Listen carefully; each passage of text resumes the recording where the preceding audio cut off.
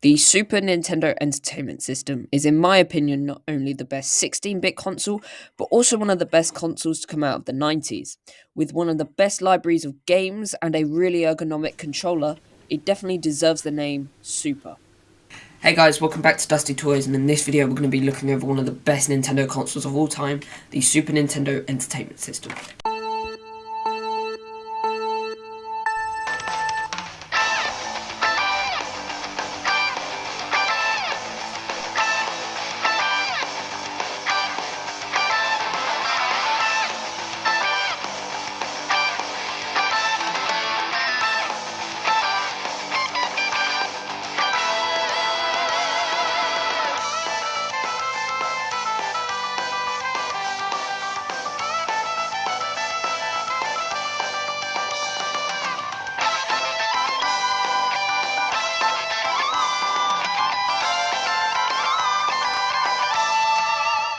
Commonly referred to as the Snes or SNES, the Super Nintendo Entertainment System is the follow-up to the 8-bit, wildly successful Nintendo Entertainment System. Releasing in Japan in 1990, North America in 1991, and releasing in PAL regions in Europe in 1992, the Super Nintendo immediately saw massive success. However, the Super Nintendo and Nintendo as a whole faced competition for the first time. Back in the 8-bit era, many companies were too afraid to make consoles because of the recent crash of the video game market in 1983. Nintendo was really the only company making consoles in North America at the time. However, after the NES became more successful and companies realised that video games could actually be a profitable market, other companies decided to jump in, making more powerful consoles than the NES. These companies were TurboGrafx-16 and Sega with their Sega Mega Drive or Sega Genesis. Mainly with the Sega Mega Drive, it made it very difficult for Nintendo. This battle between the two companies, where they were trying to sell their console to you, was known as the console wars, and is still going on today with Xbox and PlayStation. At the forefront of the ads, it would always be Mario versus Sonic. Sonic was obviously Sega's mascot, and it was always these two trying to win over the consumer to buy their console. In the end, however, Nintendo did win the console wars, selling just a few thousand or a million more units than Sega did in North America. And this is the Super Nintendo Entertainment System. It's got a very nice, sleek and 90s retro sort of design. Mine has sadly yellowed here at the front. At the front it says Nintendo and then Super Nintendo Entertainment System, and there's a power light here. Power switch, eject button and reset button, and when you push the eject button, the cartridge pops out, and this is the PAL version obviously, and this is the little slot where the cartridge goes in, and when you actually push the power button up or switch, this little bit of plastic comes out, and that goes into this ridge here, which stops you from being able to pull out the cartridge whilst the console is on. And the back here, you have the green, yellow, blue and red colours. That was the sort of aesthetic of the PAL and PAL SNES and the Japanese Super Famicom, which is the Super Nintendo. And that is also mimicked on the controller, which we'll have a look at in a moment. Here we have two controller ports. 4 controller ports wasn't added on any console until the N64, or at least it wasn't built in until the N64. With the NES and SNES and other consoles, you'd have to buy an adapter which would go into these 2 slots, and it would give you 2 extra slots, so you'd have 4 slots. At the back you have the multi-out, which is for your component cables. RF out, that's to tune your console in if you don't have component inputs, and AC adapter for power. Sitting it to the bottom, you have some rubber feet and stickers with other stuff. Then up here you have a extension slot, which you'd put the Super Famicom Satellaview in, which would be sort of like a satellite broadcasted thing where you could get games at specific times from a satellite. It was sadly never released outside of Japan though. Having a quick look at the cartridge design, this is Super Mario World, and as I said, this is the PAL version design. It's a bit difficult to have on a shelf, because if you have it like that, or that, you can't see what game it is, you can only see it like that, and that's pretty difficult to put on a shelf like that. The actual electronic bit there, and just some important notice, and obviously that board bit goes into there, and it's quite a good fit. However, it is a bit wobbly. I'm not sure if it's like that on all consoles, but it is on mine, and this does mean you have to put it in and out sometimes to get the system to read it properly when trying to play the game. And here is the Super Nintendo controller. This is a personal favourite Nintendo controller of mine. I just find it really ergonomic with the rounded edges. Obviously, it is a 90s console, so it is still wired. Wireless controllers didn't really come around until like the GameCube era. Here is the green, yellow, blue and red colours I showed on the console. And this is the first console to have an X and Y buttons, and also L and R buttons, which obviously we still use today. The start and select buttons are quite mushy, but the actual face buttons are quite nice and soft, and I'm not a massive fan of this D-pad. I can find it mushy sometimes, but it's alright. But overall, this is a really nice controller. I really do like this. Famously, the NES was redesigned from the Japanese Famicom design to the North American and PAL region design of the NES to look more like a VHS player, so that it would look less like a video game console, so that it would be easier to sell in the North American market after the video game crash. When it came to the Super Nintendo, PAL and Europe and Japan all got the same design, but for some reason America got this redesign, which I just don't like. The controller is nice because it has concave buttons for the X and Y buttons, but the purple and the overall aesthetic of the console just isn't as nice as the Super Famicom and PAL region design, in my opinion. The Super Nintendo has one of the best video game libraries of all time, in my opinion, and definitely the best of the 16-bit era. So I have a small selection of games here to show off to you. The first one is Mystic Quest Legends. This was made for the North American market during a time when turn-based RPGs weren't very popular in North America. Japanese companies were trying to bring them over into North America, and this is one of the games they tried to make. It's very simple. I believe it's a spin-off from Final Fantasy, and I haven't got very far in it. It was given to me by my uncle for free when he heard I was beginning to collect Super Nintendo games. So yeah, I don't really play it that much, and it's just very easy. You're basically just pressing the A button all the time, and I'm not really that interested in RPGs, but if you are, it could be interesting to look at, but there are better RPGs on the Super Nintendo. Next up is Mortal Kombat. This was given to me by my dad one Christmas a couple of years ago.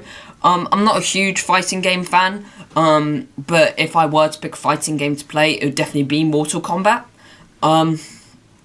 And it's actually a pretty good game on the Super Nintendo. However, this game is very famous for starting the video game age rating.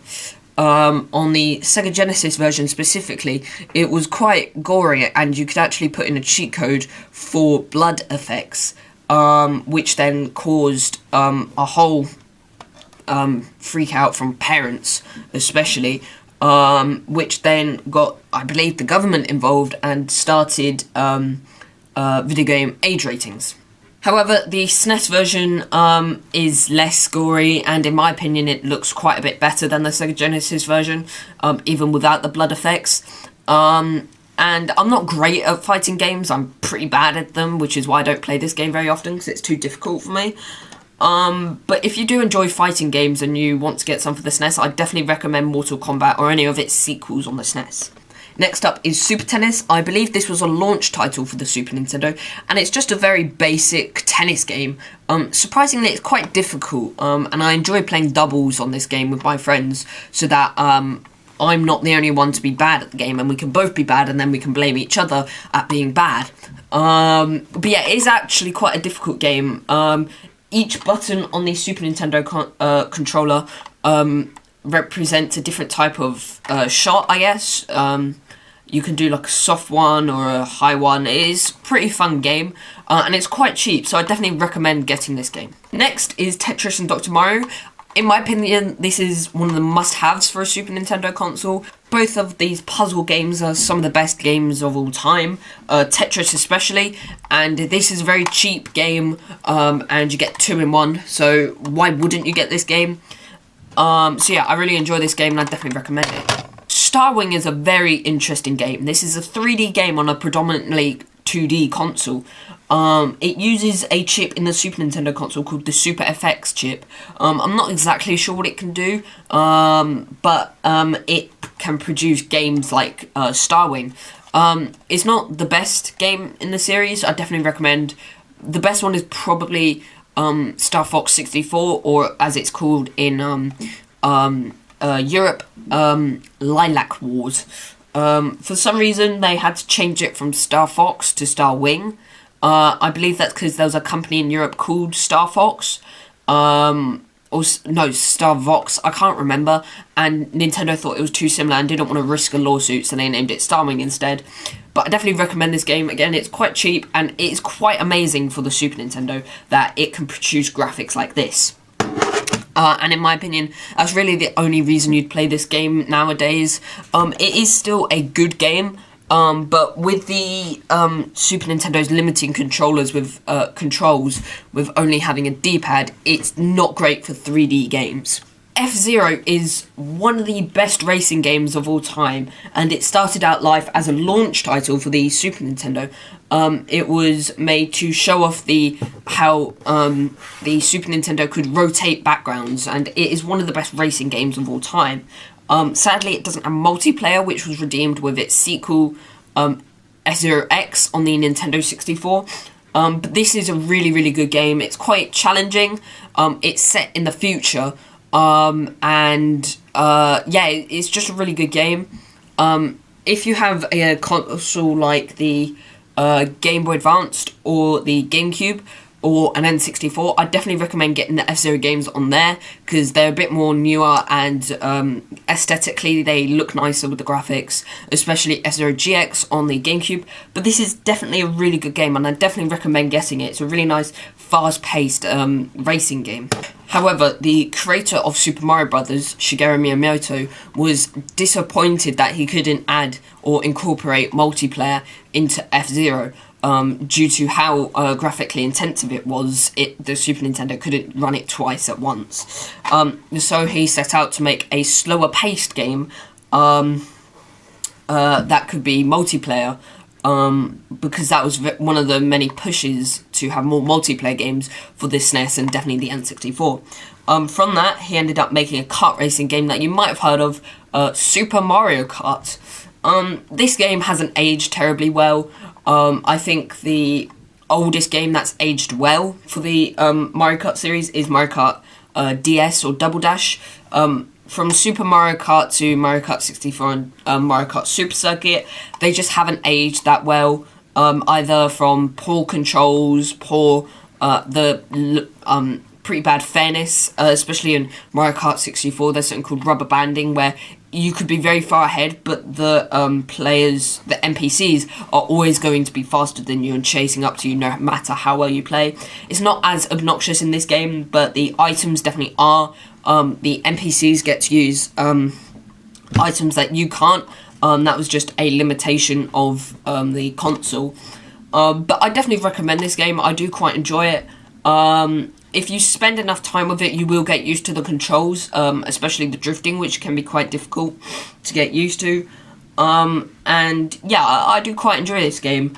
and I like putting it in a couple of times if I want to challenge. Finally, we're at our last two games now, and they are Super Mario All-Stars and Super Mario World. I've decided to bundle these two together just because they're both 2D Mario games, but Super Mario All-Stars especially is a definite must-have for the Super Nintendo. It is a collection of all the NES Marios, including the lost levels from Japan, which is Mario 2 in Japan. And they've all been remastered onto one console in beautiful 16-bit graphics. It is really a must-have game. It's really cheap. Definitely get this if you're beginning to collect the Super Nintendo. And yeah, this is just a really, really good collection. And then Super Mario World was the big launch title. This was the packing title, actually, for the Super Nintendo. And in Japan, it's known as Super Mario Bros. 4, or Super Mario 4, I can't really remember. It is the first appearance of Yoshi. And yeah, it's a really good game. It looks really nice. It's got great smooth controls, although I find them a little bit floaty for my liking. I much prefer Super Mario Bros. 3, that game's controls. But yeah, this is a definite must-have for the Super Nintendo. I mean, you have to have the mainline Mario for every Nintendo console. So that is my collection of Super Nintendo games. There are some definite must-haves in there. Mystic Quest Legends is really the only one that I'd say you don't really need. But a lot of the games I've said there are like must-have games for the Super Nintendo because they're just that good. There are also quite a few SNES games I want. The two biggest being Super Metroid. I've played one of the Metroid games, Metroid Prime, but I do have the full trilogy. And I'm very excited to play the next two.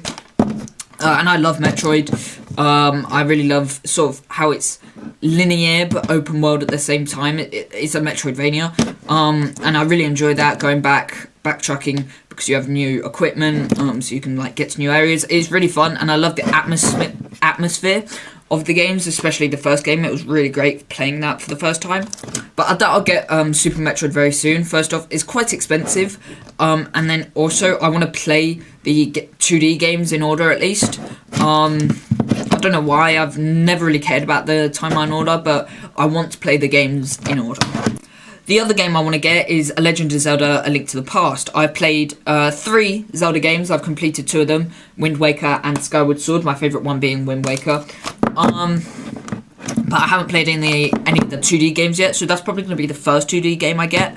But again, I don't think I'll get it very soon because it's also quite expensive. And then also, my birthday's in a couple of weeks, and I'm getting, hopefully getting Ocarina of Time and Twilight Princess. So I'm going to be playing those, and I sort of want to savour the Zelda games, seeing as how much I love them. So yeah, there are quite a few SNES games I get, but I want to get, but I'm sort of focusing on some other consoles, as I don't really have many games for them, one of them being my GameCube. There are also quite a few accessories for the SNES. Now, because there are only 2 controller ports on the SNES, it meant that you couldn't just do a different colour for the controller. If you wanted to make an accessory, you have to do something special and different.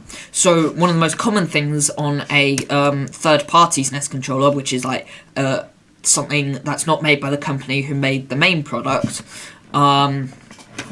were turbo buttons. So these were especially useful for shoot 'em ups where you had to rapidly press the fire button.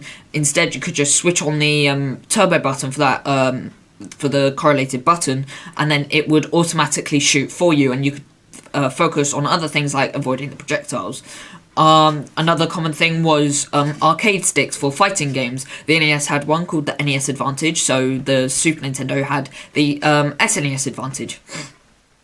There was also like a bazooka for the SNES.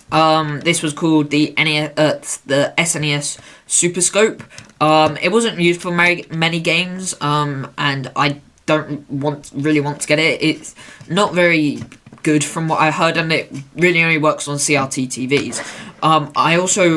There's also a SNES mouse. This was first used for Mario Paint, but it was then supported on a load of other games like Doom for the SNES.